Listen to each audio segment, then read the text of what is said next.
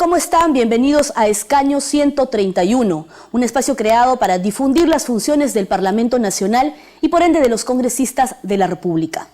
En esta oportunidad vamos a conocer un poco más sobre la función de representación, es decir, aquella relación que debe ser estrecha pero también constante y eficiente entre los congresistas y la ciudadanía.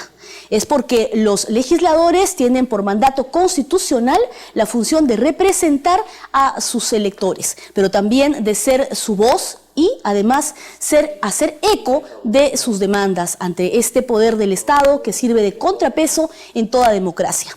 Hoy vamos a ver la función de representación desde la mirada, desde la labor de la primera vicepresidencia del Congreso. Para ello estará con nosotros la congresista Carmen Omonte, primera vicepresidenta del Parlamento Nacional, pero también el exoficial mayor del Congreso, el doctor José Eliche Navarro, quien es también actual director ejecutivo de Reflexión Democrática. Con ellos vamos a conversar sobre este importante tema. Esto es Escaño 131. Regresamos tras una pausa.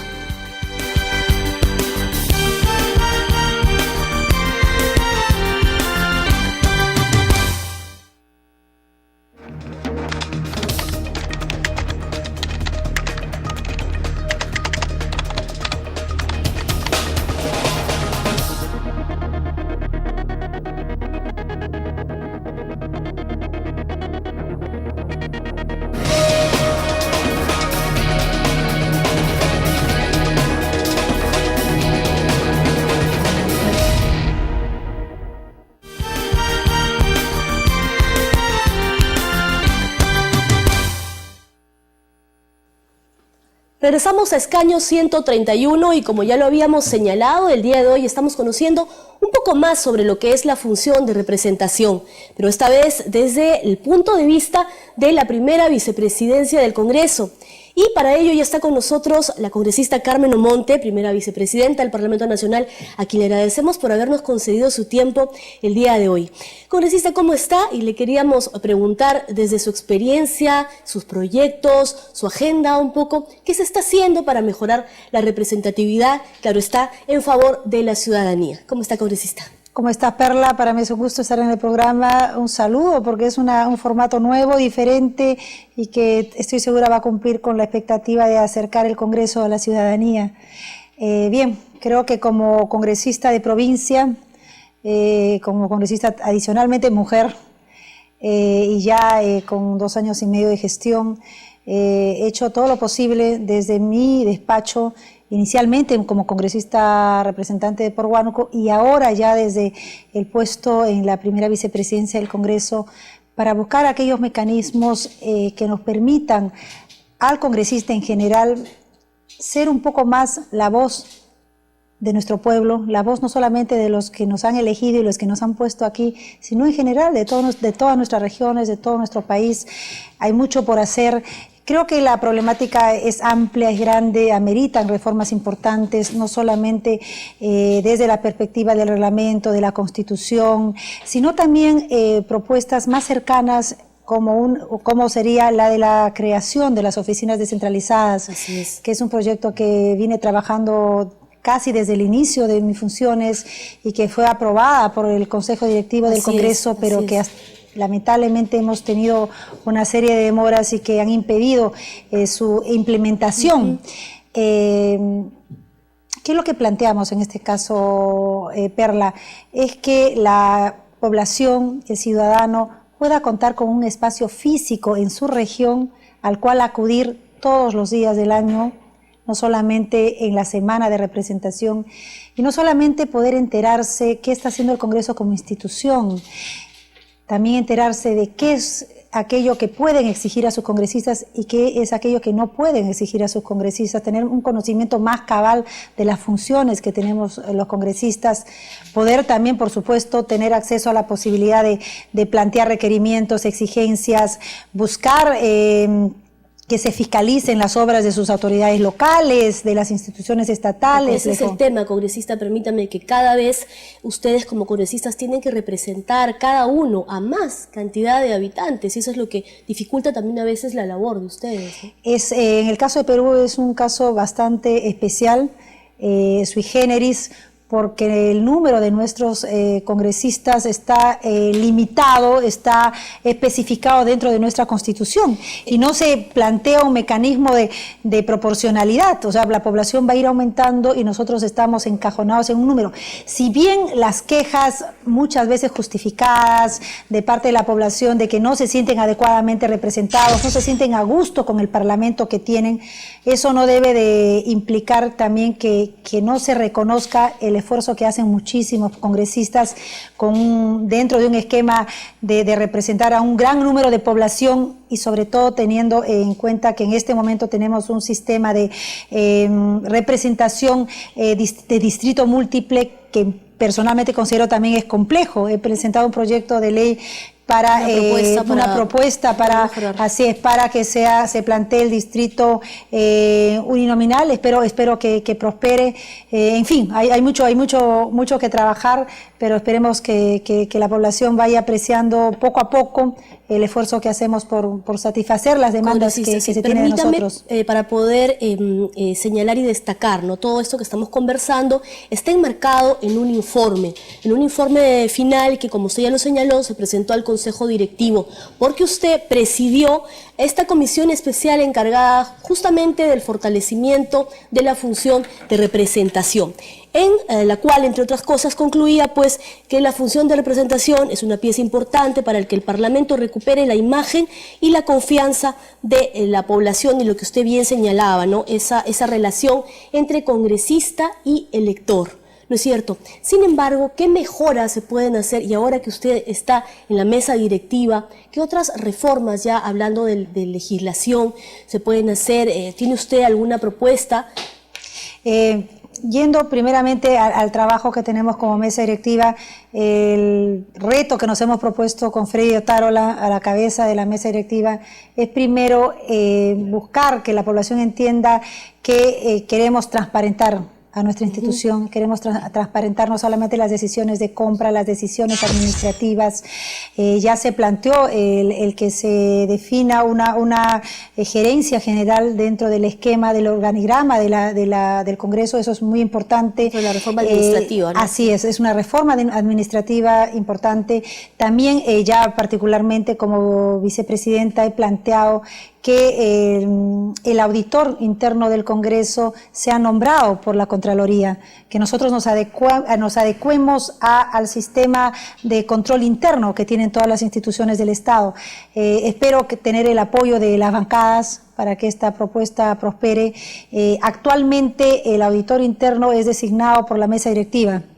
Y lo que lo que yo estoy planteando es que sea designado por la Contraloría de la República, lo cual va a permitir también que la población vea que el Congreso pues no es ese ente oscuro, cerrado, secreto, del que no se sabe cómo deciden sus compras, que no se sabe cómo es que amplían los presupuestos, en qué se está gastando, y podamos tener el apoyo de la Contraloría. Espero que... ¿Y hasta ahora cómo han respondido las fuerzas políticas justamente? ¿Hay consenso? Hay bastante aceptación, inclusive creo que ya luego de mi propuesta se han añadido otras iniciativas similares, y lo que cuenta es que toda la bancada hagamos el esfuerzo. Esta lucha por mejorar nuestra imagen, nuestro posicionamiento, sobre todo luego de haber escuchado o haber leído que en las encuestas el Congreso de la República está posicionado como a la cabeza de la percepción ciudadana con respecto a ser una institución corrupta. Eso es algo que nos afecta profundamente. El reto de luchar contra la corrupción es un reto país, es un reto de los ciudadanos, y también tiene que ser un reto del Congreso como institución, y no solamente hacia afuera, hacia a través de iniciativas legislativas que también las hemos presentado. Tengo proyectos contra la imprescriptibilidad de los delitos de corrupción, un proyecto que también plantea un sistema de recompensas para aquellos ciudadanos que denuncien delitos de corrupción, etcétera, sino también cómo luchamos contra la corrupción o la imagen de corrupción, porque probablemente sea más imagen que sustento real también dentro de nuestra institución. Eso es importante. Sí, está volviendo al tema de las oficinas descentralizadas que usted señalaba al iniciar la entrevista. ¿Considera usted que esta es una forma entonces básica la cual mejoraría esta relación entre congresista y elector? El espacio físico definitivamente va a ayudar. Nosotros hicimos encuestas, sí. Tuvimos audiencias gracias al apoyo de Transparencia y de Idea Internacional, tuvimos encuestas en varias regiones y en estas audiencias la población pedía y veía positivamente tener una oficina institucional del Congreso en sus regiones y que no solamente puedan ver a sus congresistas pues una semana o 5 días útiles al mes. Entonces este no es un pedido que lo hacemos individualmente desde la perspectiva del Congreso, sino también desde la perspectiva de la población. Si bien hay que saber comunicarlo adecuadamente, hay que saber justificarlo adecuadamente, creo que no solamente la población lo va a aceptar, lo va a aprobar, como ya lo está haciendo, sino también va a rendir frutos positivos para la imagen del Congreso como institución. Hay un 78% de congresistas entrevistados justamente en ese trabajo que hizo la comisión que usted presidió, quienes viajan a los sitios electorales que representan 4 veces al mes, ¿no? Eso quiere decir que hay una necesidad de mayor contacto. La necesidad de nosotros que estemos físicamente en nuestras regiones es vital. Hay congresistas que lo pueden hacer 4 veces al mes, hay otros que no lo pueden hacer. Entendamos que nuestro país no está conectado vialmente, lamentablemente como quisiéramos.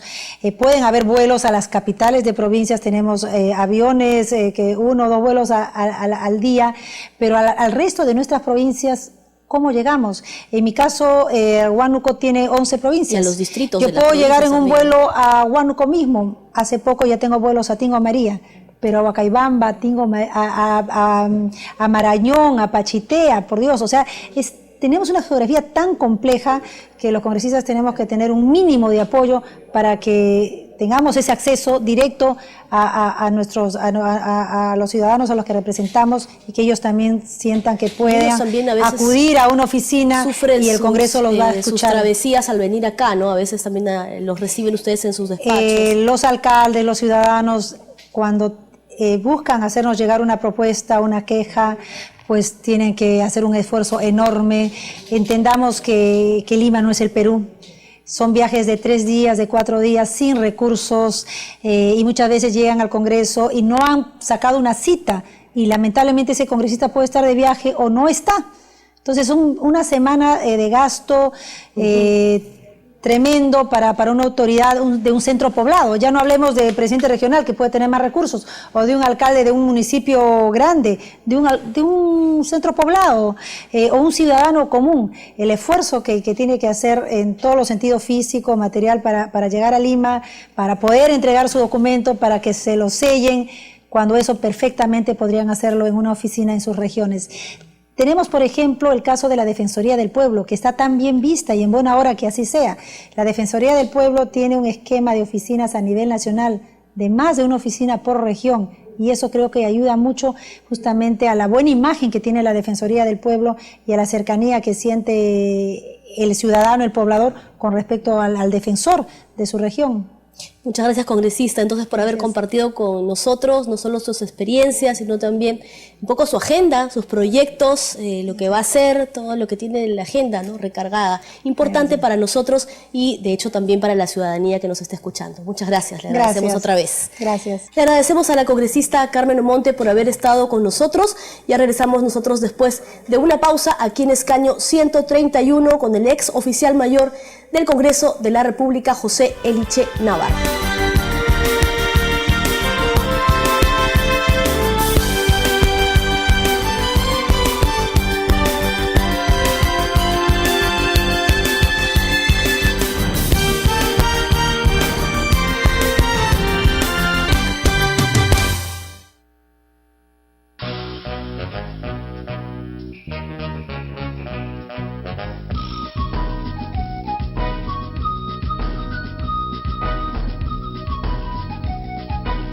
El mundo admira la artesanía peruana, los peruanos también.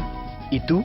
La artesanía peruana es valorada en todo el mundo. En ella laten nuestra historia y cultura. Si eres peruano y viajas por el Perú, compra artesanía peruana. El mundo la quiere, tú la tienes. Mincetur.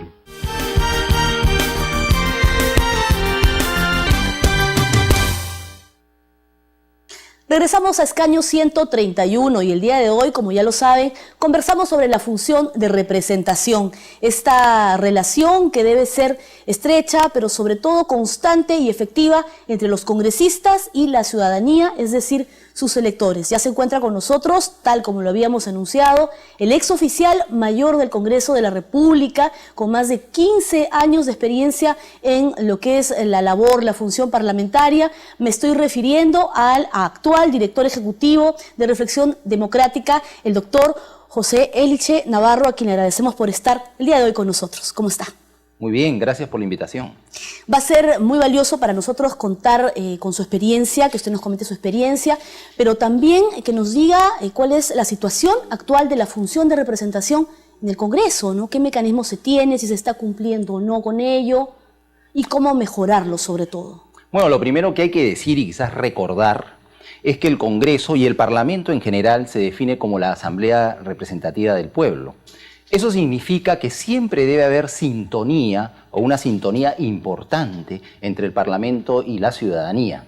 Si esto no ocurre, entonces nos encontramos en una paradoja. ¿Cómo así la Asamblea Representativa del Pueblo tiene un nivel de aprobación demasiado bajo? Que es lo que está ocurriendo en nuestro país. Esto significa también que tenemos que hacer algo para recuperar el sentido y el significado de la representación parlamentaria y, ¿por qué no decirlo?, para recuperar nuestro Parlamento. Muchos ciudadanos de repente no saben a lo que nos estamos refiriendo. ¿Qué es representación? Representar significa ponerse en el lugar de otros. Es decir, cuando nosotros elegimos a los parlamentarios y a las parlamentarias, lo que estamos haciendo es designando a ciudadanas y ciudadanos para que en nuestro nombre, en nuestra representación, en lugar de nosotros, debatan aquellas cosas que nos interesan a las ciudadanas y los ciudadanos en general y tomen decisiones justamente en nuestra representación y con nuestra autoridad. Justamente, doctor, las últimas encuestas a nivel nacional señalan que un porcentaje mayor al 80% no se siente representado por sus actuales parlamentarios. ¿Cómo mejorar esto? ¿Se tienen los mecanismos actualmente? Lo que ocurre es que el problema no se genera propiamente en el Parlamento, es decir, en nuestro Congreso de la República. El problema está en el sistema político, esa es mi opinión. ¿Cómo así? Nosotros podemos verificar que tenemos un sistema de partidos muy debilitados y partidos, o sea, los propios integrantes del sistema, bastante también debilitados orgánicamente. Es decir, los partidos no están sirviendo como esos órganos de intermediación de la opinión entre el pueblo y el Estado. Y eso hay que recuperarlo, hay que fortalecerlo de alguna manera. Hay una especie de fórmula, no es una fórmula mágica, pero que sí se repite mucho en el ámbito parlamentario. Sin buenos partidos políticos no podemos tener buenos grupos parlamentarios, y sin buenos grupos parlamentarios no tendremos un buen parlamento. Necesitamos, de alguna manera, ocuparnos del problema de las organizaciones políticas que deben servir como órganos de intermediación de la opinión y también de las necesidades, las expectativas, los mensajes, etcétera, entre la ciudadanía y el Estado. En este caso específico, del Congreso de la República, del Parlamento, que, reitero, debería ser, es la Asamblea Representativa del Pueblo. Hay intentos, doctor, no solo en materia legislativa, lo que son proyectos, sino también incluso hubo una comisión que la presidió la primera vicepresidenta, la congresista Carmen Omonte, con quien hemos estado conversando también, la Comisión Especial para el Fortalecimiento de la Función de Representación. Pero ¿qué frutos va dando esto? ¿Se está yendo por el camino correcto? Yo creo, bueno, al inicio, cuando se inició el trabajo de esta comisión, tuve la oportunidad y el honor de estar presente, creo, en la primera o segunda sesión y dar mi punto de vista, compartiendo el espacio con otro ex oficial mayor del Congreso, José Chevasco. Ambos estuvimos juntos y tratamos de aportar desde nuestra perspectiva, desde nuestra experiencia, para apoyar el trabajo de esta comisión? Yo creo que sí. Los lineamientos que hasta entonces la comisión había acordado, sobre los cuales iba a trabajar, creo que eran los correctos, ¿no? Es decir, se trataba un poco de revisar o explorar la posibilidad de modificar la legislación electoral para permitir una mayor cercanía entre la ciudadanía y el Parlamento. Por otro lado, también se habló, no sé si en el informe final está y si finalmente se va a implementar, la recreación, digo recreación porque antes existieron, de las oficinas descentralizadas sí, claro del que Congreso de la como República, recomendación principal, ¿no? Que creo sí, que es algo muy importante. Creo que hay que hacer algunos ajustes reglamentarios que permitan o que promuevan, si no la eliminación, la reducción al mínimo, por ejemplo, de fenómenos como el transfugismo, ¿no? Creemos que hay que depositar mayor confianza y mayor responsabilidad en los grupos parlamentarios para eliminar el individualismo parlamentario que por conductas individuales a veces injustamente aleja al Parlamento como corporación, como institución en su totalidad de la ciudadanía. Yo creo que el rumbo era el adecuado, no he podido leer el informe, me imagino que con esos lineamientos han continuado y en ese sentido le han dado contenido a este informe, que ojalá sus propuestas sean implementadas. ¿Por qué serían importantes estas oficinas descentralizadas? Porque, para sumar ya a lo que existe la semana de representación, ¿sumaría algún aporte o hay algo más que se puede hacer? La idea es llevar de alguna manera al Parlamento más cerca de la ciudadanía, pero de manera estable. Cuando las oficinas existieron, y yo era un funcionario del Congreso en ese entonces, yo creo que empezaron a funcionar bien. Creo que su desactivación fue una mala decisión, debieron continuar, se les debió dar la oportunidad de que muestren su utilidad, como que la están demostrando. Tuvimos casos, por ejemplo, en ese entonces, en algunas oficinas, las personas se empezaron a acercar a las oficinas del Congreso en el entendido de que se estaban acercando al Congreso mismo. Es decir, no era necesario venir hasta Lima, salvo en casos excepcionales. Bastaba acercarse a las oficinas descentralizadas, que además eran compartidas por los parlamentarios de la circunscripción de diferentes organizaciones políticas, que tenían, digamos, una especie de administración más o menos por turnos y que de alguna manera podían contar en esas oficinas con todos los recursos, con una réplica en pequeño de todos los recursos que el Congreso hoy puede utilizar para darle facilidades a la ciudadanía para que justamente se acerque a sus representantes por circunscripciones y al Parlamento como totalidad. Claro, porque lo que hacía hincapié, precisamente este informe del que estamos hablando, de esta comisión especial presidida por la congresista Monte, es pues que existe cada vez mayor número de habitantes que tienen que ser representados por un congresista. Entonces, es ahí donde pues la situación se complica, ¿no? ¿Cómo poder hacer frente a esto sin que signifique que surja la polémica por el tema, por ejemplo, de inversión de un mayor presupuesto? Claro, la ratio de representación en el Perú es bastante baja. En comparación a América Latina, sí, ¿no? Sí, del mundo en general, ¿no? Es decir, un parlamentario representa o representaría a demasiadas ciudadanas y ciudadanos, ¿no? O sea, más de 100.000, es demasiado, es imposible atenderlos.